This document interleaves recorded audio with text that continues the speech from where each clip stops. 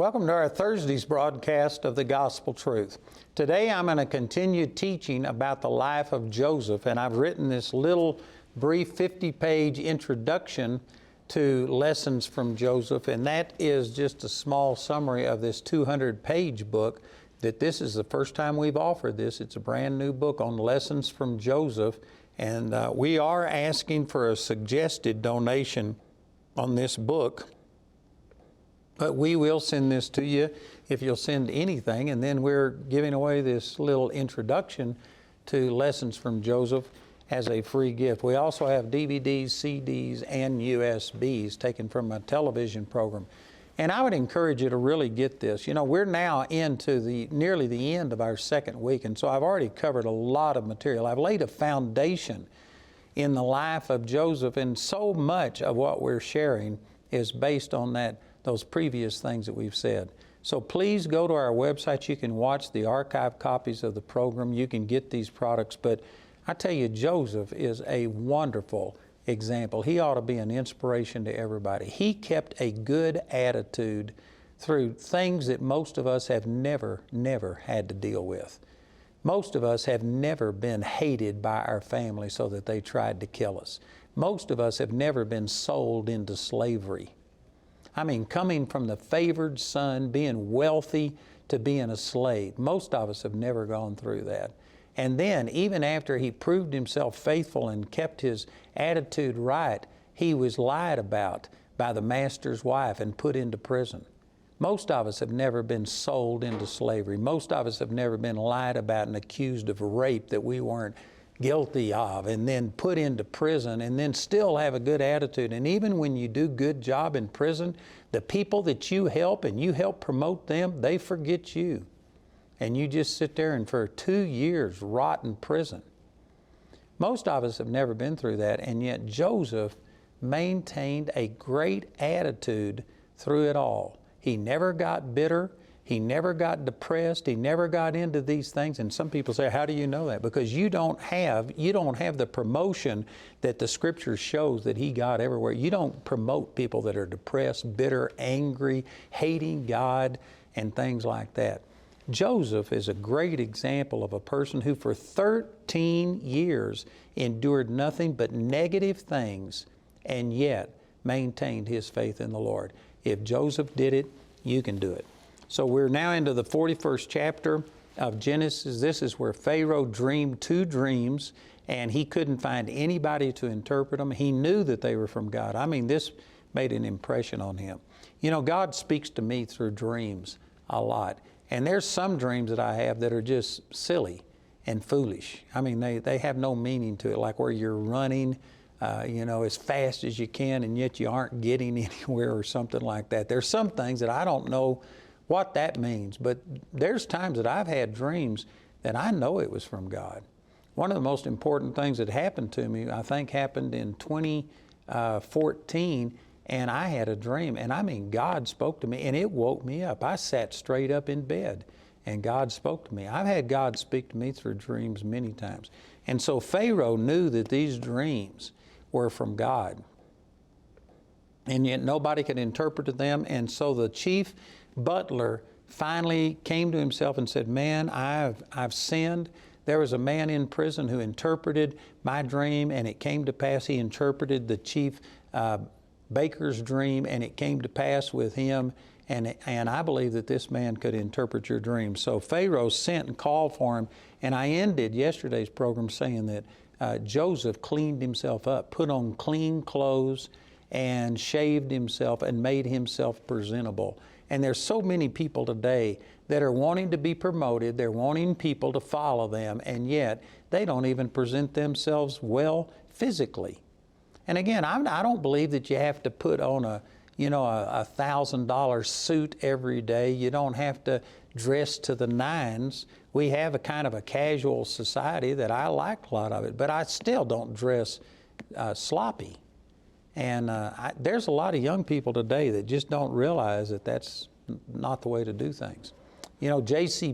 which a lot of the younger people won't recognize, but J.C. used to be one of the greatest retailers alive in his day. And the J.C. stores, They were worldwide, and I mean, he was multimillionaire and very, very, very successful.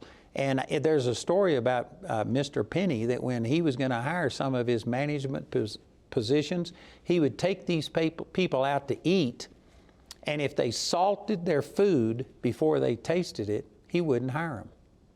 And somebody might think, well, that's terrible to reject a person over that. But his logic was that they are people that just do things by habit. They're just going to salt their food. They hadn't even tasted it. They don't know if it needs to be salted or not.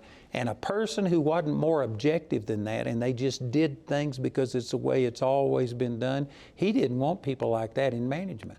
Now, you can criticize him if you want to, but he built one of the largest retail outlets in the history of the world. And at his time, it probably was the biggest retail thing. And it was because he had some values and stuff, and he valued things like that. You may dislike that, but I'm telling you, it's succeeded. You may have one of these attitudes that you ought to be sloppy and you ought to be able to dress any way you want to, and everybody else has to adjust to you. I tell you, that attitude is not going to get you promoted. So anyway, I dealt with that yesterday. So after Joseph came, this is Genesis 41:15, and Pharaoh said unto Joseph, I have dreamed a dream, and there is none that can interpret it, and I have heard say of thee that thou canst understand a dream to interpret it. And Joseph answered Pharaoh, saying, It is not in me. God shall give Pharaoh an answer of peace. Again, this is a reflection of who Joseph was. Here Joseph was all of a sudden promoted and standing before the most important person on the planet as far as position and power and authority goes. And the person is saying, I hear that you can interpret dreams. He was elevating Joseph and saying complimentary things. And did you know that Joseph just immediately deflected all of the praise and the glory to God and said, it's not in me. It's not my ability. It's God in me. Now again, there's very few people that would do that. If somebody in a great position of authority gave you a compliment and was singing your praises, most people would just accept it. But Joseph, it's not that he denied that God had used him and that God interpreted these dreams. If Joseph would have just said, oh, I can't do it, I'm nothing, I have nothing, and I can do nothing, well, then Pharaoh wouldn't have listened to him and nothing would have happened. But he deflected the praise and gave it to the Lord. And that really shows you that his identity was in the Lord. And this is the same thing that was back in the 39th chapter when he was standing on an auction block. He was still a prosperous man, even though he was stripped naked and being sold into slavery. And when he was in prison, even though most people would look at that as, man, you can't get much lower than that, he was still having his identity in the Lord. And so here he is being complimented by the strongest man on the planet, and he's giving all of the glory to God. Man, what a great attitude. And so in verse 17, Pharaoh said unto Joseph, In my dream, behold, I stood upon the bank of the river, and behold, there came up out of the river 7 kine, fat-fleshed and well-favored, and they fed in a meadow. And behold, 7 other kine came up after them, poor and ill-favored, and lean flesh, such as I have never seen in all the land of Egypt for badness. And the lean and the ill-favored kind did eat up the first 7 fat kine.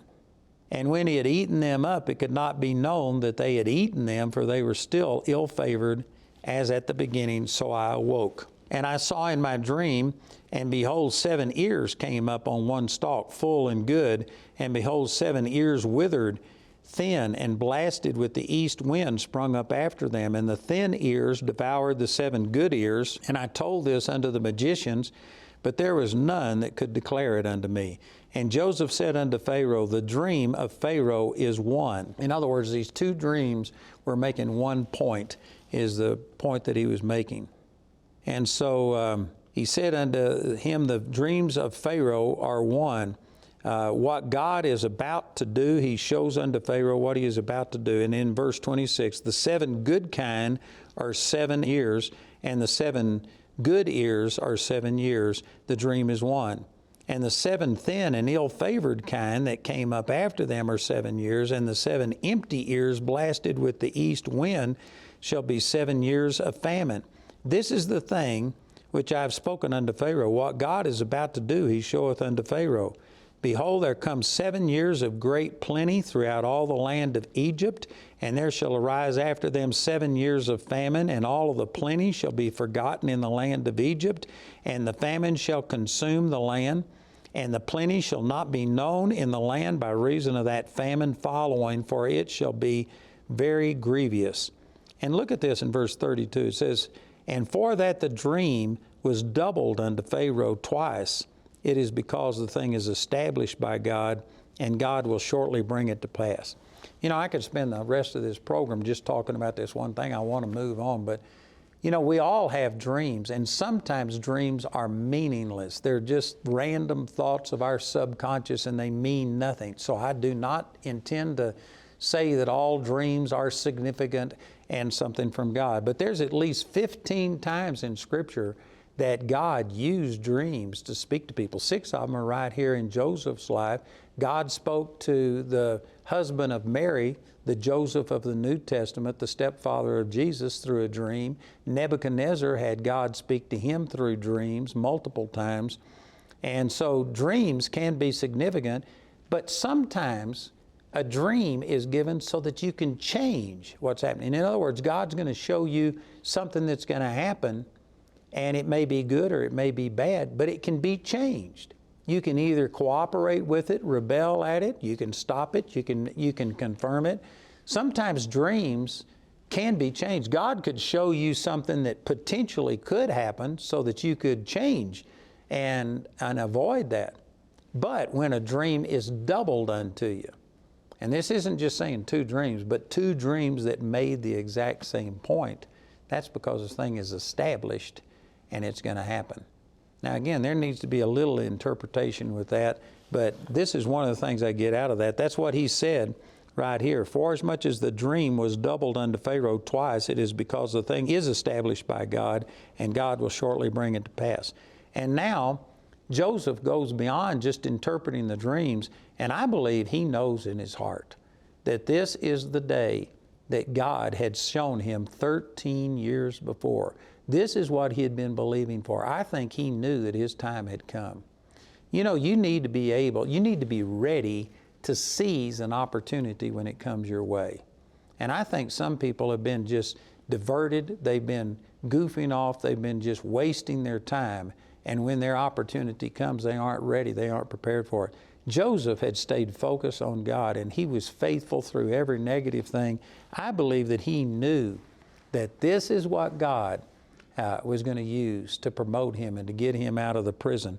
And so now he goes beyond just interpreting the dream to actually giving counsel to Pharaoh. Now think about this. And you'll find out later, I'm not going to take time to turn over and verify this, but it does say that the Egyptians hated the Hebrews. They wouldn't even eat with them. Joseph had to separate himself from the Egyptians. So there was a racial prejudice against the Hebrews. And yet here is this Hebrew person, not only a Hebrew, but a Hebrew person that had been in prison, giving instruction to Pharaoh, the mightiest military person, the mightiest nation on the earth at that time. This was bold on his part. And you know, if you are going to see God's will come to pass, you don't have to be arrogant. You don't have to promote yourself. Joseph had proven that he was very patient and waiting on God. But when the time comes, you have to be able to stand up and know that God has called you and anointed you, and you have to be able to speak in the name of the Lord and not back down. You got to be bold. And so here's boldness on Joseph's part. And so here's what he said unto Pharaoh in verse 33. Now therefore let Pharaoh look out a man discreet and wise, and set him over the land of Egypt. Let Pharaoh do this, and let him appoint officers over the land, and take up the 5th part of the land of Egypt in the 7 plenteous years. In other words, this is Pharaoh putting a 20% tax on all produce during those plenteous years. And then in verse 35, and let them gather all the food of those good years that come, and lay up corn under the hand of Pharaoh, and let him keep food in the cities. And that food shall be for store to the land against the 7 years of famine, which shall be in the land of Egypt, that the land perish not through the famine. And then the next verse, verse 37 says, "And the thing was good in the eyes of Pharaoh and in the eyes of all his servants. And Pharaoh said unto his servants, Can we find such a one as this is, a man in whom the Spirit of God is?" Well, now this is significant. This wasn't just Joseph that was exerting this. He had given all of the praise to God before he even heard the dreams. He says it's God that's going to do this. So he definitely showed that anything good coming through him, it was God. And Pharaoh recognized this and says, "Can we find anybody as good as Joseph? A man who God speaks through?" And he goes on to say in verse 39, "And Pharaoh said unto Joseph, Forasmuch as God has shown thee all this, there is none so discreet and wise as thou art. Thou shalt be over my house, and according to thy word shall all my people be ruled. Only in the throne will I be greater than thou." And Pharaoh said unto Joseph, "See, I have set thee over all the land of Egypt," which again, the land of Egypt, this was the superpower of that day. It was the strongest nation on the planet. And Pharaoh took off his ring from his hand and put it upon Joseph's hand, and arrayed him in vestures of fine linen, and put a gold chain about his neck, and he made him ride in the second chariot which he had, and they cried before him, bowed the knee, and he made him ruler over all the land of Egypt. And Pharaoh said unto Joseph, "I am Pharaoh, and without thee shall no man lift up his hand or foot in all the land of Egypt." Man, this is amazing. Pharaoh gave Joseph such power and authority to take off his ring and give it to him. That's how they sealed things. They would put wax on things, and they would use the kingly ring as insignia. Nobody else had one like that, and that proved that the king was the one who had passed this. He gave Joseph that authority, and he goes on to say that only in the throne would Joseph be subject unto him, and everything else, Pharaoh gave Joseph the ability to rule. And so it says here in verse 44, "Pharaoh said unto Joseph, I am Pharaoh, and without thee shall no man lift up his hand or foot in all the land of Egypt." And Pharaoh called Joseph's name Zaphnathah. And anyway, he gave him his wife, I can't pronounce her name either, the daughter of Potiphar, priest of On. And Joseph went out over all the land of Egypt. And notice right here in verse 46, it says, "And Joseph was 30 years old when he stood before Pharaoh, king of Egypt."